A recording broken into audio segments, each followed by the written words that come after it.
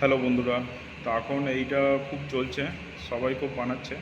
তো এইটা কীভাবে বানাতে হয় সেটা তোমাদেরকে আমি বলছি, ভিডিওটা আমার দেখতে থাকো।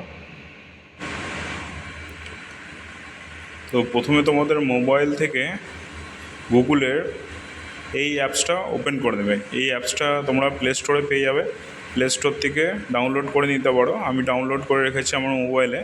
এবার এইটা ওপেন হয়ে যাওয়ার পর এখানে যে প্লাস সাইনটা আছে সেটার উপর ক্লিক করবে, দিয়ে ফাইল ম্যানেজার দেখাবে। ফাইল ম্যানেজারের মধ্যে আপনাদের যেখানে ছবিটা আছে সেই ছবিটা করতে চান সেটা সিলেক্ট করবেন।